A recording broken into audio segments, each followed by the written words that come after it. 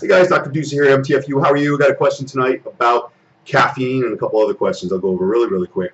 Coffee, I drink it. I've been drinking it since I was 14. I don't like it. I drink it for its medicinal effect. I read in the magazines when I was 14 that all the bodybuilders drank it and they go in and they work out. Again, I don't particularly like its taste. But again, I use a cup and a half every day before I work out. It does give me a boost.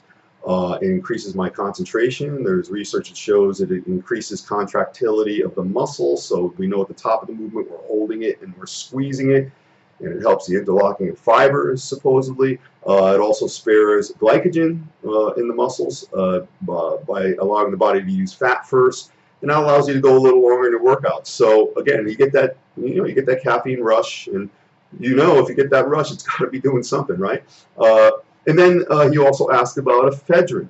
Ephedrine, which I'm on record as saying back when it was legal, before 2004, and way before that even, I used to do, listen, I'm no angel. I didn't do everything right. I didn't know what I was doing much of the time, as I've said.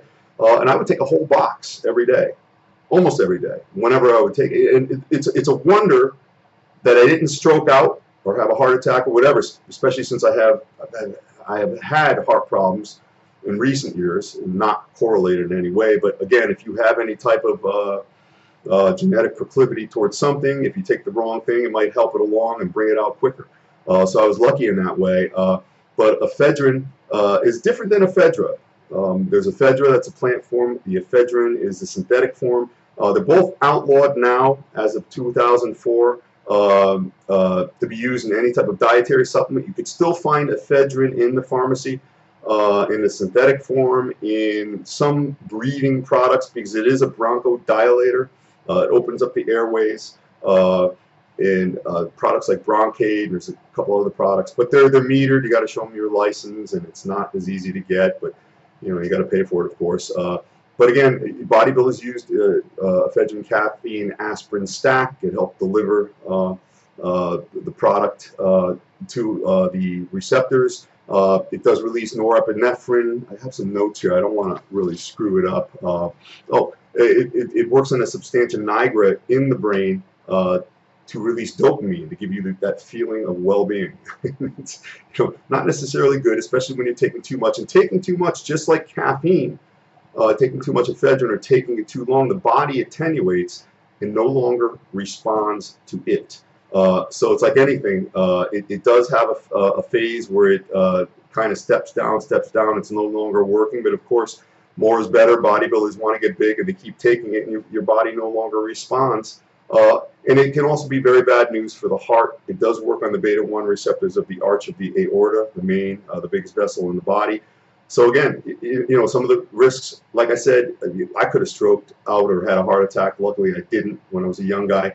But other problems, nausea, vomiting, headache, difficulty sleeping, difficulty urinating. They used to think it was the urinating was because the prostate would enlarge while you were taking it, but it was actually the vasoconstriction, the tightening or the closing up of the lumen of the vessels from the renal system to allow you to urinate. So it's a problem too. A guy was just telling me in the gym he was doing so much that because he gets it somehow, he has to catheterize himself. I'm like, man, listen, just if you got to do that to get lean, maybe just switch over to tuna fish and lettuce and vinegar like we did in the 70s. If you put a catheter up there, that's all new kinds of discomfort and pain. But in any event, and finally, so you don't want to go there. I'm not endorsing that, but he did ask about that. But really, when you're looking at another reason why they took the ephedrine off, you could remove in the chemical structure of ephedrine, removing a hydroxyl group will help you create meth. So meth labs were buying tons of this stuff, and they were helping people lose their teeth and lose their money and lose their homes and lose their lives. So that wasn't good either. Again, I'm not for or against this. I'm just disseminating information as usual because someone did ask. And it's important to be straightforward because, listen, everybody talks about the kids. What about the kids? I don't think anybody gives a shit about the kids. Well, that's just a talking point.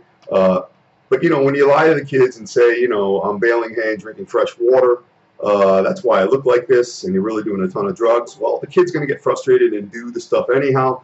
Maybe if you tell the truth, then he can make a better decision. But the reason there aren't a lot of good studies on bodybuilders and what drugs do to them, there's a lot of studies on alcoholism, on meth, on heroin, all kinds of different narcotics.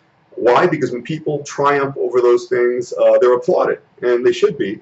But bodybuilders or strength athletes or any type of athletes who use PEDs, they're not very forthcoming or forthright because you're admitting that you're cheating. So it's hard to get a group of guys together and do studies, and there's not a lot of evidence out there on really anything. So do your due diligence and practice parsimony and work hard and go as long as you can without using any shit that's made in the bathtub somewhere. That's what I can tell you. And he did ask, he asked a question, you know, why did all the bodybuilders back in the 70s have all their hair? And that was a good point. I looked at like the 77, 78 Olympia, and you had Frank Zane, you had Dennis Tenorino, you had Ed Corney, Pete Gromkowski, Cal Scalick, I don't know if Nazario was in there, but they all had full heads of hair. Okay, all these guys had full heads of hair. Why? Because they would cycle their drugs. You look at Arnold and Zane after the contest, they'd scale down. The guys now blow up. I'm not saying it's good or bad, but it's just what it is. So they'd actually get off the stuff and let their natural hormonal production come back to where it should be.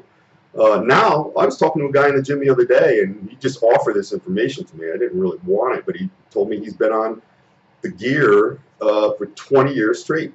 And you know, he looks okay. He doesn't compete. He doesn't really do anything.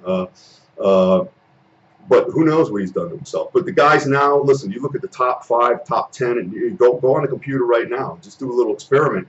They're all Spalding, as we say in Italy. They're all cue ball heads. And I don't know, listen, evolutionarily speaking, the human body doesn't change in 30 or 40 years that quickly for everyone to all of a sudden no longer have hair. There has to be something that people are doing.